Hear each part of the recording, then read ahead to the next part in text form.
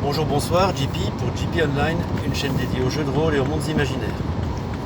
16e jour du RPG ED 2020 avec le mot dramatique. Pour moi, le drama, c'est vraiment le moteur d'une partie de jeu de rôle. C'est vraiment le moteur d'une histoire. Sans drama, il ne peut pas y avoir d'histoire. S'il ne se passe rien, s'il n'y a aucune tension, aucun challenge, aucun danger, aucun drama, il n'y a pas d'histoire. Si les personnages réussissent toujours tout ce qu'ils entreprennent, s'ils ont aucune opposition, ou que l'opposition à laquelle ils sont confrontés, ils réussissent à la surmonter, à la vaincre sans difficulté, pour moi il n'y a pas d'histoire. Donc pour moi le drama, l'aspect dramatique, c'est vraiment fondamental. Après, il faut bien avouer que ce n'est pas toujours évident de mettre en avant le côté dramatique d'une histoire dans un jeu de rôle, surtout si c'est un jeu de rôle qui met en avant également des aspects tactiques et ludiques. J'allais mettre presque en opposition certains jeux PBTA comme Monster Heart qui mettent vraiment en avant l'aspect drama et le jeu entre personnages par rapport à un jeu comme Donjons Dragons où on a aussi tout cet aspect tactique des combats et peut-être même pour ceux qui utilisent des battle maps, voilà, ça devient presque un mix entre du jeu de rôle et du jeu de figurines. Donc dans ce cas-là, c'est vrai que dans une partie de Donjons Dragons où les combats succèdent, le drama n'est pas toujours facile à mettre en place.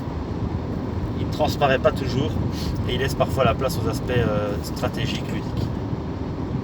Pour autant, c'est quand même un aspect fondamental et au cours d'un combat qui peut mal tourner, c'est peut-être l'occasion pour le meneur de jeu de glisser du drama, surtout quand certains personnages, certains protagonistes se mettent réellement en danger. Certaines actions héroïques peuvent aussi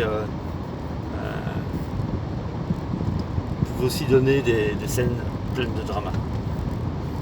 Voilà, donc c'était un peu ma réflexion autour du mot dramatique. Pour moi, c'est quelque chose qui est essentiel au jeu de rôle. Sans drama, il n'y a pas d'histoire, et sans histoire, il n'y a pas de jeu. Si vous racontez une histoire où tout se passe bien et où tout fonctionne et où les personnages n'ont aucun challenge, c'est pas intéressant. Dernière petite réflexion par rapport au drama. Ça dépend un peu le type de. Allez, ça dépend un peu les joueurs et les attentes des joueurs. Certains joueurs vont vouloir vraiment jouer pour mettre en place du drama, pour mettre en place des histoires vraiment très roleplay. Et d'autres vont préférer des parties où l'aspect tactique et ludique, les jets de dés, la réflexion autour de la meilleure manière d'aborder un combat par exemple, vont prendre le dessus sur le drama et vont peut-être avoir tendance à s'ennuyer pendant les moments de jeu où on met le drama en avant, le côté dramatique en avant. Ça c'est un peu au groupe avec le meneuse de jeu de trouver l'équilibre qui peut satisfaire un peu tout. Mais voilà, donc pour moi l'aspect dramatique c'est quelque chose que j'essaye quand même de mettre en avant dans mes parties et c'est pour moi quelque chose d'essentiel. Mais bon, au départ quand j'ai commencé le jeu de rôle, c'était pas nécessairement ça qui primait, c'était plutôt l'aspect aventure, combat héroïque, etc.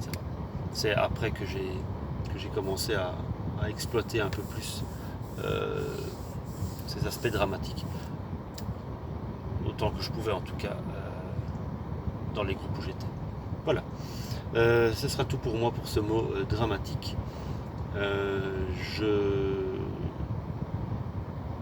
Si vous avez des commentaires, des suggestions, un avis quelconque, n'hésitez pas comme d'habitude à les laisser en commentaire.